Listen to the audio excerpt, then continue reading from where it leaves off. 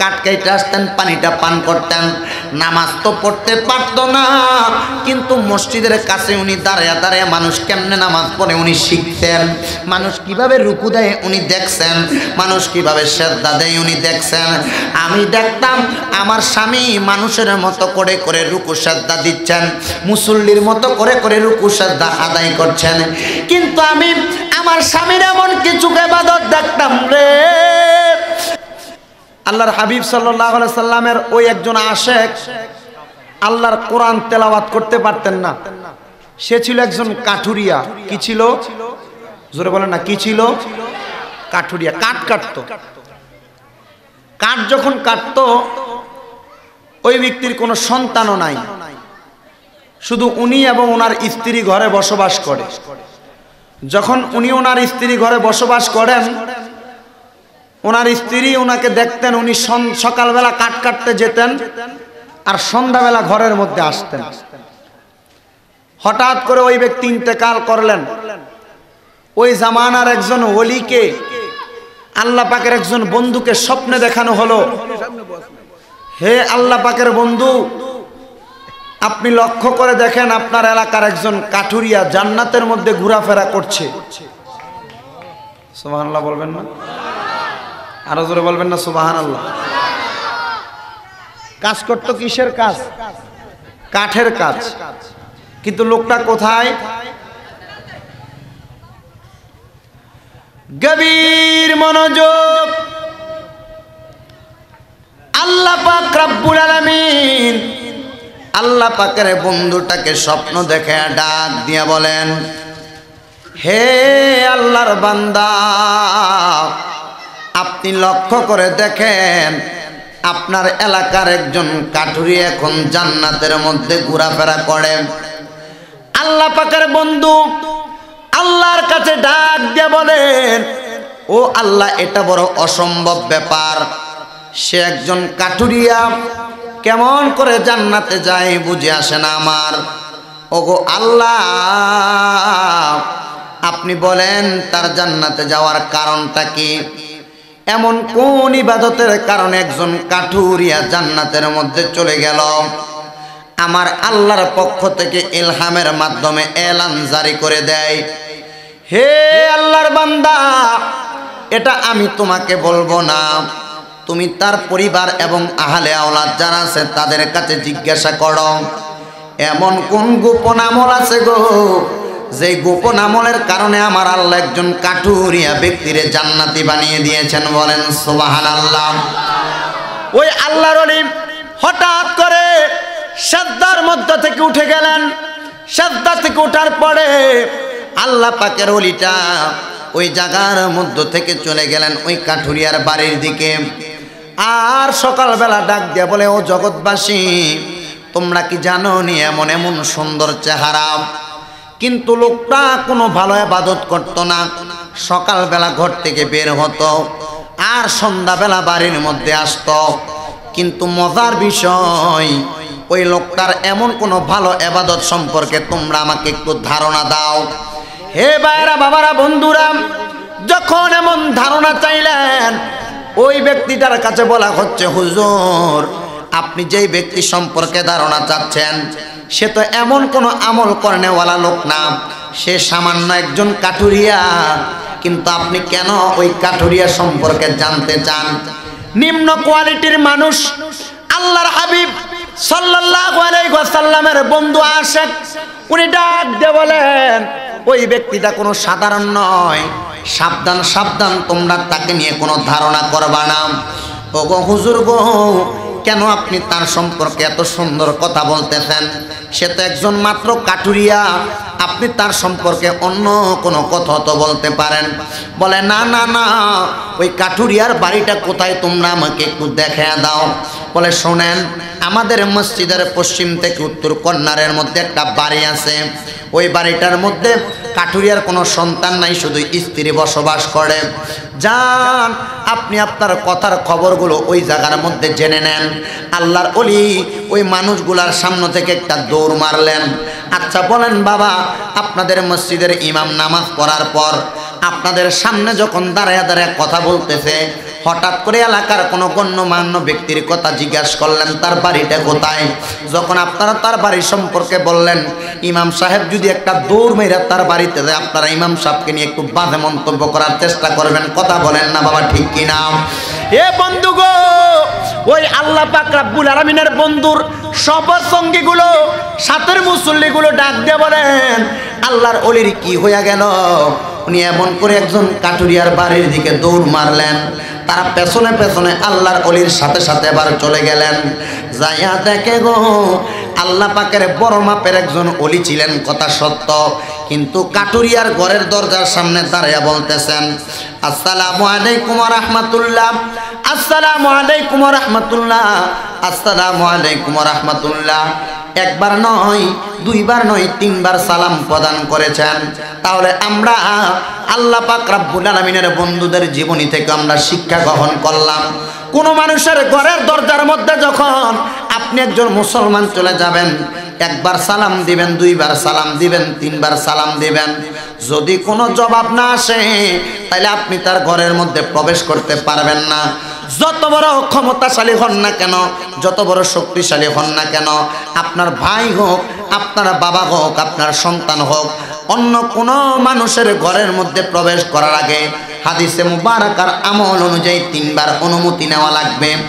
আল্লাহর ওলি তিনবার সালাম দেওয়ার পর পিছনের মানুষগুলো ডাক দিয়ে বলে, এ আল্লাহ পাকের বন্ধু, আপনি তো কারোর দরজার মধ্যে কোনোদিনও যান না, হঠাৎ করে আজকে আসলেন, আবার আজকে আসার পর আপনি তিনবার সালাম দিলেন, আপনার জন্য দরজা খোলা হয় নাই, চলেন না আমরা এখন এখান থেকে চলে যাই। আল্লাহর ওলি বলেন, ঠিক আছে, আমরা চলে যাই। পেছনে পেছনে আল্লাহর ওলি যখন রওনা করলেন পেছনের দিকে, পেছন দিক থেকে মহিলা কণ্ঠের একটা আওয়াজ আসতেছে, ওয়ালাইকুমুস সালাম ওয়া রাহমাতুল্লাহ। জবান খুলে জোরে জোরে বলেন আল্লাহু আকবার। ওই দলের মধ্য থেকে কেউ ওই কথা শুনেন নাই, শুধু একমাত্র আল্লাহর ওলি একজন মহিলার গলার কণ্ঠের সুরটা শুনতে পাইলেন। ডাক দিয়ে বলে, শোনো, আমি একটা মহিলার গলার আওয়াজ শুনতে পাইলাম, মনে হয় মহিলা ঘরের মধ্য থেকে সালামের জবাব দিয়েছেন, আমার সাথে সাথে তোমরা চলো। যখন ওই মহিলাটার সঙ্গে ঘরের দরজায় গেলেন, মহিলা ঘরের মধ্যে কোনো আওয়াজ দেয় না, শুধু সালামের জবাব দিয়ে উনি ঘরের মধ্যে দাঁড়িয়ে রইলেন। আল্লাহর ওলি বলেন, কে আপনি? আপনি ঘরের মধ্যে এতক্ষণ পর্যন্ত বসবাস করতেছেন, একবার নয়, দুইবার নয়, তিনবার সালাম প্রদান করলাম, আপনি একবারও আমার সালামের জবাব দিলেন না। উনি ডাক দিয়া বলে, আল্লাহর বন্ধু গো, আপনি তো মসজিদের মধ্যে ফজরের নামাজ আদায় করেছেন, আপনি কি জানেননি মসজিদে ফজরের নামাজের আযানের পর যখন ফজরের নামাজ পড়ে, আল্লাহ পাকের নবী ফজরের নামাজের পর সূর্য উদয় হওয়ার পর আরো 2 রাকাত নামাজ আদায় করতেন, যে নামাজটাকে হাদিসে মুবারাকার মধ্যে একটা নামাজ বলা হয় সুন্নত আমলের হিসাবে। আল্লাহর নবী রাহমাতাল লিল আলামিন নবী ওই নামাজটা আদায় করতেন। ওই নামাজটা পড়ার জন্য আমি ফজরের নামাজের পর থেকে সূর্য উদয় পর্যন্ত বসেছিলাম। আমি নামাজের সিজদায় আপনি আমারে সালাম দিয়েছেন, আপনি বলেন নামাজের মধ্যে সুবহানা রাব্বিয়াল আলা বলা উত্তম না আপনার সালামের জবাব দেওয়া উত্তম? আল্লাহর ওলি ডাক দিয়া কই, সুবহানা রাব্বিয়াল আলা পড়াই তো উত্তম। তাইলে আপনি বলেন না, আমার ঘরের ভিতর থেকে বন্ধ করা 3 বার সালাম দেওয়ার পর কোনো জবাব নাই, আমি আমার মাওলার সঙ্গে প্রেমের আলাপনের মধ্যে ছিলাম, আমি আমার মাওলার সঙ্গে গভীর সম্পর্কে ছিলাম, আমি আপনার সালামের জবাব দিতে পারি নাই, তবে এখন দিলাম। এখন আপনি বলেন, আপনি আমার দরজার মধ্যে কেন আসলেন? আমি সামান্য একজন কাঠুরিয়ার স্ত্রী, আমার স্বামী নাই, আমি আপনাকে আমার ঘরের মধ্যে আমন্ত্রিত করতেও পারতেছি না, তাইলে আপনি বলেন আপনি কেন আমার দরজার মধ্যে আসলেন? ডাক দিয়ে বলে, এ মহিলা গো, তুমি কি আমারে চিনুনি? বলে, না, আমি আপনাকে চিনি না। কে আপনি? আপনার পরিচয় কি? বলে, আমি হইলাম এই এলাকার সবচাইতে বড় একজন ইমাম, অথবা ইমামুল আদল ন্যায়পরায়ণ একজন নেতা, আমি হইলাম এই এলাকার সর্বশ্রেষ্ঠ একজন আলেম। বলে, আপনার নাম কি? হযরতে আবু মুসা আশআরী নাকি? বলে, হ্যাঁ। কেন কেন আপনি আমার ঘরের দরজার মধ্যে এসে সালাম প্রদান করলেন? উনি ডাক দিয়ে বলে, তুমি বললা তোমার স্বামী একজন কাঠুরিয়া, তুমি বলো তোমার স্বামী সম্পর্কে তোমার কাছ থেকে আমি একটু ধারণা নিতে চাই। কারণ ঘরের স্বামী সম্পর্কে সর্বশ্রেষ্ঠ ধারণাটা দিতে পারবে ঘরের স্ত্রী, আর ঘরের স্ত্রী সম্পর্কে সর্বশ্রেষ্ঠ ধারণা দিতে পারবে তার স্বামী। জোরে জোরে কথা বলেন না বাবা, ঠিক কি না? কিন্তু বর্তমান জামানা এমন একটা জামানার মধ্যে এসেছে, সে ঘরের বউ সম্পর্কে ধারণা দেয় ভাইয়ের ভাই, যাকে বলা হয় দেবর। ভাবির সম্পর্কে সবচাইতে উৎকৃষ্ট ধারণা দেয় দেবর, আবার দেবর সম্পর্কে সবচাইতে ভালো ধারণা দেয় ভাবি। কেন জানি না, হারাম সম্পর্কের মাধ্যমে কিন্তু এই কাজগুলা করা হচ্ছে। ও বন্ধু আমার, আপনারা বলেন না এই জামানার মধ্যে যেমন ভাবে মহিলারা বেপর্দা ভাবে দেবরের সামনে ভাবি, মা দুনিয়ার চাচি জেডির সামনে সন্তানের সামনে ঘোরাফেরা করতেছে, এগুলা তো কখনো ইসলাম সাপোর্ট করে না। আমার আল্লাহ পাক রব্বুল আলামিন কোরআনুল কারীমের মধ্যে বলেন, ওয়াকারনা ফি বুয়ুতিকুন্না ওয়ালা তাবাররাজনা তাবাররুজাল জাহিলিয়াতিল উলা।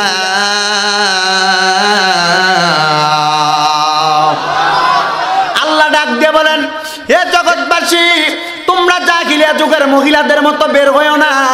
কারণ জাহিলিয়া যুগের মহিলারা যখন বের হতো দর্শন হইতো। বর্তমান বাংলাদেশের মধ্যে দর্শন এবং ইফটিজিং আছে না নাই রে বাবা? ওই দর্শন ইফটিজিং ততদিন পর্যন্ত বন্ধ হবে না যতদিন আপনি আপনার ঘরের মেয়ে, আপনার বোন, আপনার স্ত্রীকে আপনি পর্দার ভিতরে না ঢুকাইতে পারবেন। আল্লাহ পাক আমাদেরকে ঠিক তেমনভাবে আমাদের সন্তান, স্ত্রী, পুত্র এবং বোনদেরকে পর্দার আড়ালের মধ্যে রাখার মতো তৌফিক দান করুন। জোরে পড়েন আল্লাহুম্মা আমিন। আল্লাহ পাকের বন্ধু বলেন, বলো তুমি তোমার স্বামী সম্পর্কে বলো, তোমার স্বামী কেমন ছিলেন, তোমার স্বামী সম্পর্কে তুমি আমাকে ইনস্ট্রাকশন দাও, তোমার স্বামী সম্পর্কে আমাকে একটু ধারণা দাও। ডাক দিয়ে বলে, হুজুর আমার স্বামী সম্পর্কে আমি ধারণাটা কি দিব? আপনি তো বড় মাপের একজন অলি, কিন্তু আমার স্বামী তো বড় মাপের কোনো অলি ছিলেন না। আমার স্বামী সাধারণ একজন কাঠুরিয়া ছিলেন গো। আপনি বলেন না আমার স্বামী সম্পর্কে আপনি কি জানতে চান? উনি ডাক দিয়া বলেন, গো আপনার স্বামী সম্পর্কে যা বলবেন আমি তাই মেনে নিব। বলে, আমার স্বামী সকালবেলা কাঠ কাটতে বাইর হইতেন, সন্ধ্যাবেলা কাঠ বিক্রি করে বাজারের মধ্য থেকে একটু আটা আনতেন অথবা চাউল আনতেন, এটাই আমরা পরিবারের মানুষ খাইতাম। তবে আল্লাহর ওলি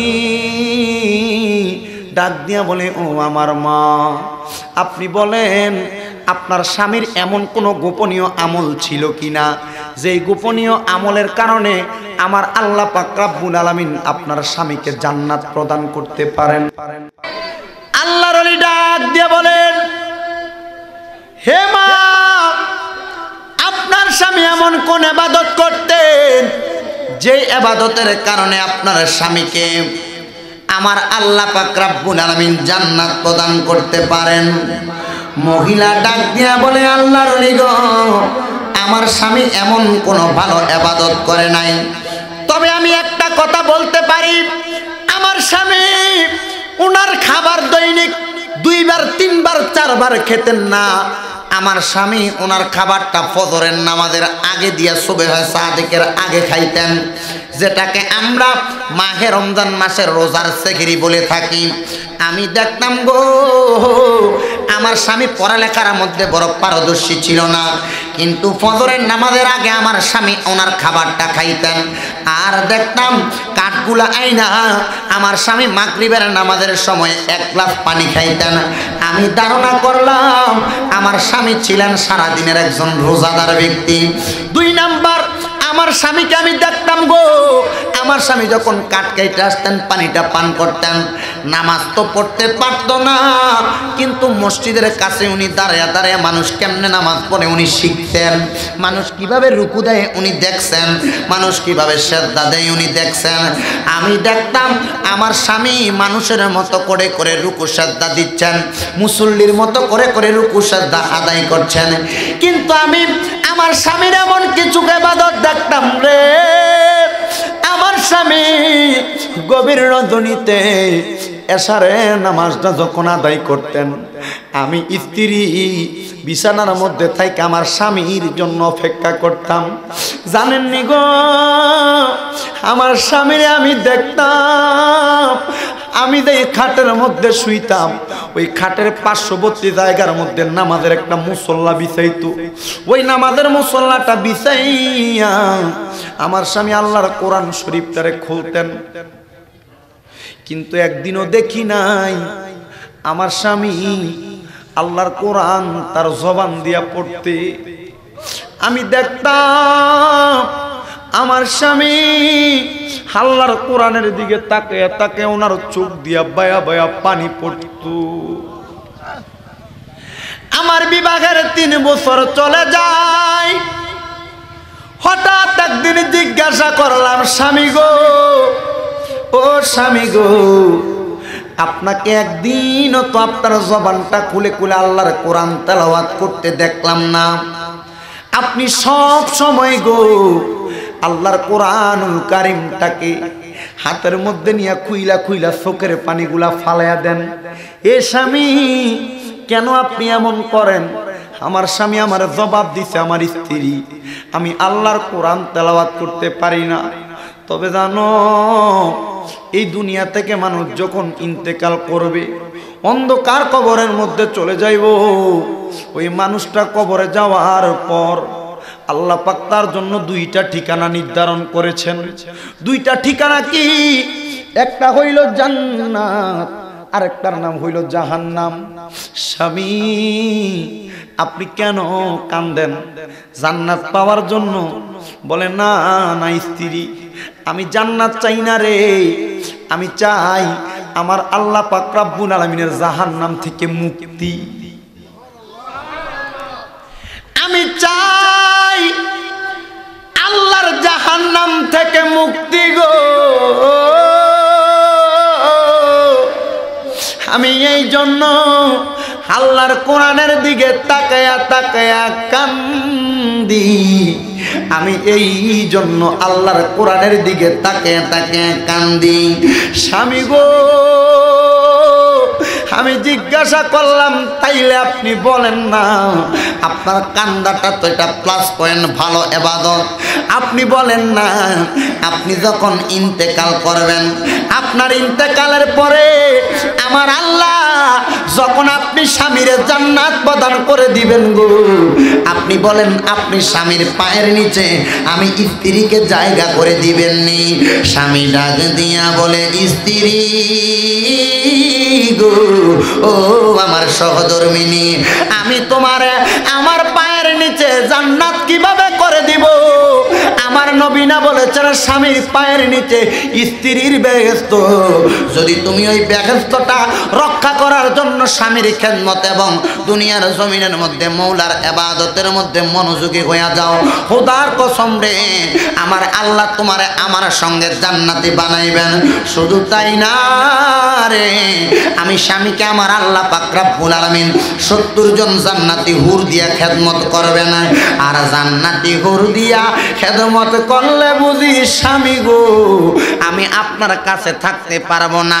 আমার আল্লাহর নবী হাদিসের মধ্যে বলেন, না না না না না, আল্লাহ পাক রব্বুল আলামিনের 70 জন হুর যেই ব্যক্তিটার খেদমত করবে, ওই ব্যক্তিটার পাশে দিয়া ওই 70 জন হুরের একজন নেত্রী বানাইব।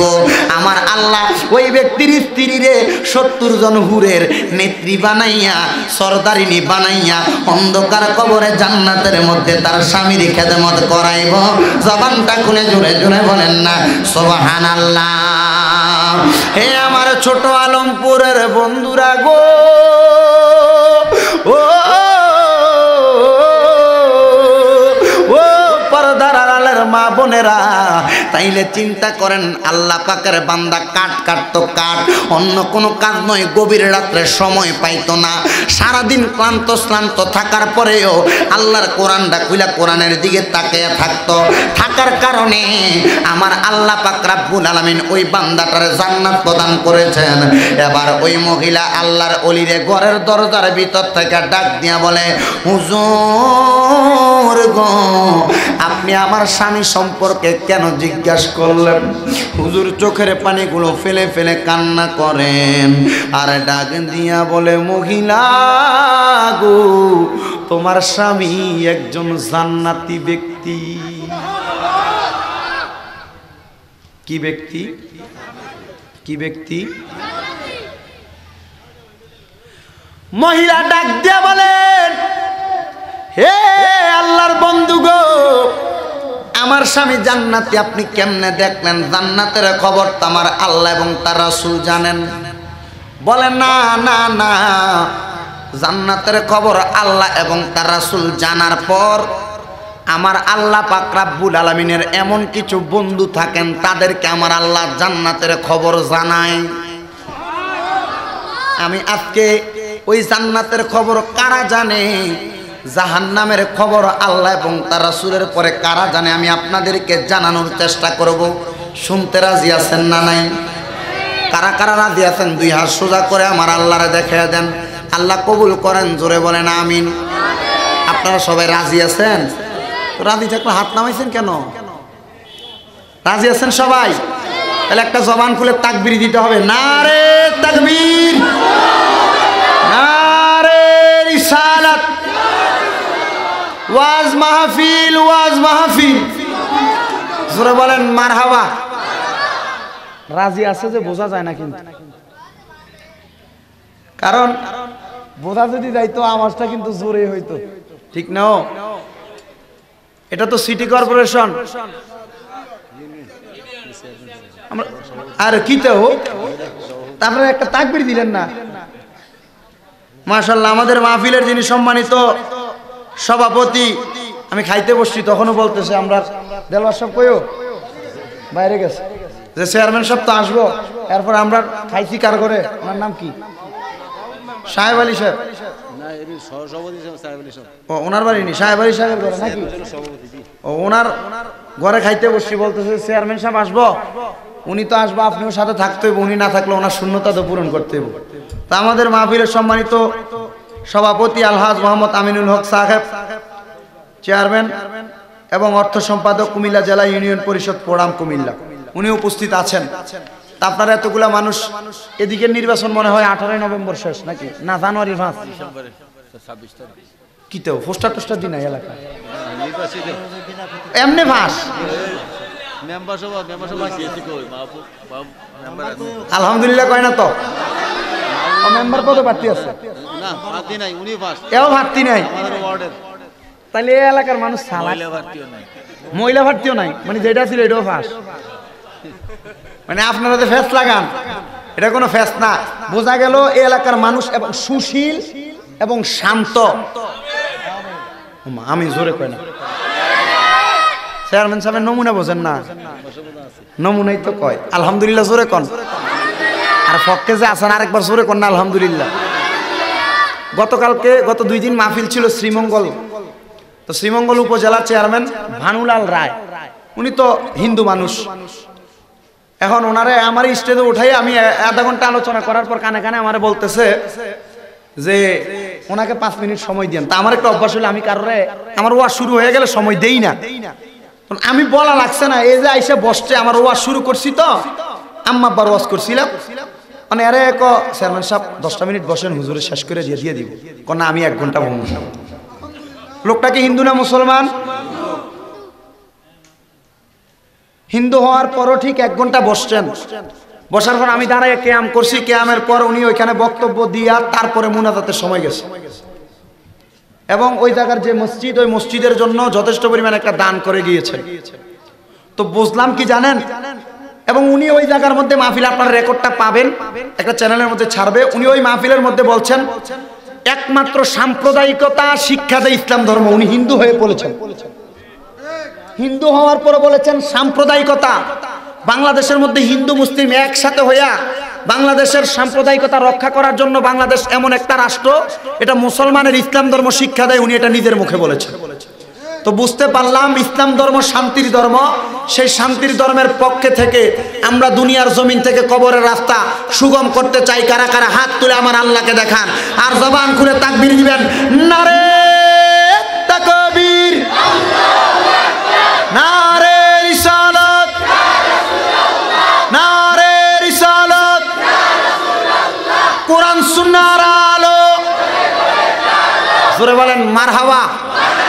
তাহলে একজন কাঠুরিয়া কি রিয়া কোরআন তেলাওয়াত করতে পারতেন? আমি কিন্তু আজকে আপনাদেরকে সাবলীল ভাষায় অত্যন্ত নরমালি ভাবে আলোচনা করে শোনাচ্ছি। কোরআন তেলাওয়াত করতে পারতেন না, শুধু কোরআনের দিকে কি করতেন? তাকে কি করতেন? চোখের পানি ফেলতেন। এটার কারণে আল্লাহ তাকে কি দিয়েছেন? মহিলা ডাক দিয়া বলে, আল্লাহর ওলি গো, ও আল্লাহর ওলি, আপনার কাছে আমি জানতে চাই, আমার স্বামী ইন্তেকাল করেছে, আমার অবস্থা কেমন হবে আপনি বলেন। আল্লাহর ওলি ডাক দিয়া বলে, মহিলা, আমি তোমাকে এটা বলতে পারবো না, কারণ যেই মহিলার স্বামী মারা যায় ওই মহিলা তার সতীত্ব রক্ষা করা বড় কঠিন হইয়া যায়। ও মহিলা গো, তুমি বলো তুমি আমার মাওলার ইবাদত কতটুকু করো? ডাক দিয়ে বলে, আমি কতটুকু ইবাদত করি বলতে পারবো না, তবে আমি আমার খাবারের সময় জানি না, আমি আমার নিজের দরিদ্রের কোনো খবর জানি না, আমি সদা সর্বদা আমি সেজদার মধ্যে আমার মাওলার তালাশ করি। জবান খুলে জোরে বলেন না সুবহানাল্লাহ। আপনারা বলেন, আমরা সবাই ওই আল্লাহকে খুশি করার জন্য আল্লাহ পাক রব্বুল আলামিনের কোরআনুল কারীমের তিলাওয়াত করতে চাই কি চাই না?